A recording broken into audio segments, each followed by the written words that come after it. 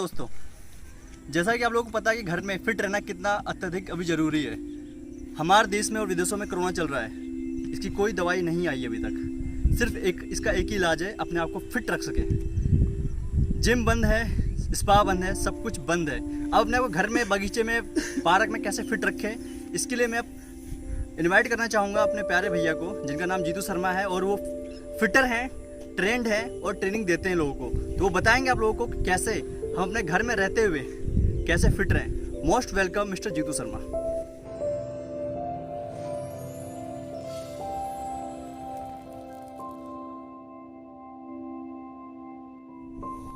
Hi guys, I am Jeetu Sharma.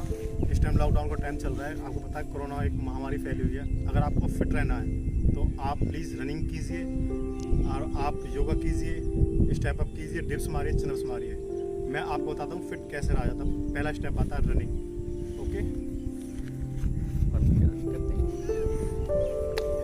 जैसा बता सकते ही नहीं है।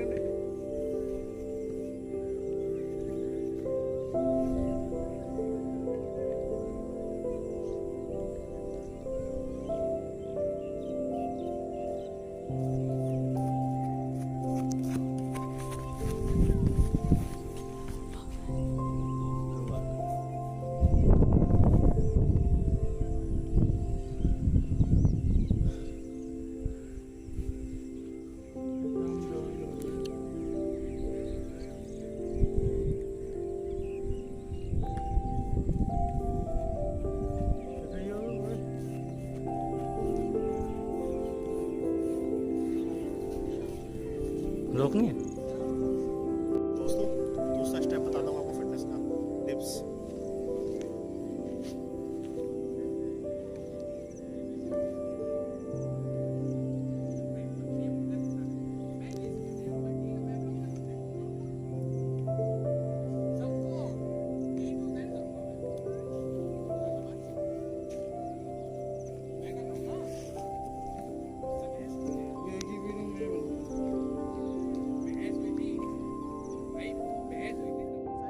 भैया ने बताया कि रनिंग कैसे करें और इन्होंने अभी करके भी बताया आप लोगों को। उसके बाद जो सेकंड स्टेप था, इन्होंने पुशअप करके दिखाया कैसे एक प्रोफेशनल ट्रेनर पुशअप करता है।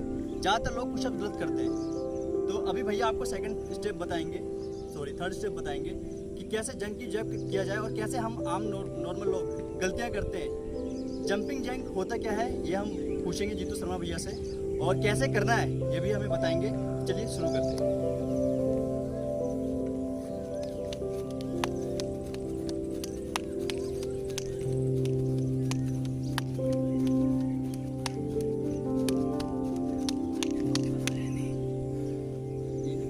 गुरुजी ने बताया कि अभी करके दिखाया कि इन्होंने पुशअप बताया, रनिंग बताया और जंपिंग जैक बताया।